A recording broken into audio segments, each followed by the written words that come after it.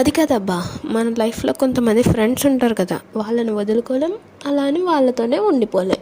మీకు దీనిపైన ఒక చిన్న స్టోరీ చెప్తా. దానిలో ఇద్దరు ఫ్రెండ్స్, మనం ఎలా అనుకుందాం, ఒకళ్ళ పేరు చైత్ర, ఇంకొకళ్ళ పేరు తార. వాళ్ళిద్దరు చాలా క్లోజ్ ఫ్రెండ్స్ అనుకోండి. తారా ఏమో చైత్ర తనతోనే ఉండాలనుకుంటుంది, ఇంకెవ్వరితోనూ మాట్లాడకూడదు, ఇంకా ఆ ఒక్క అమ్మాయితోనే ఉండాలనుకుంటుంది.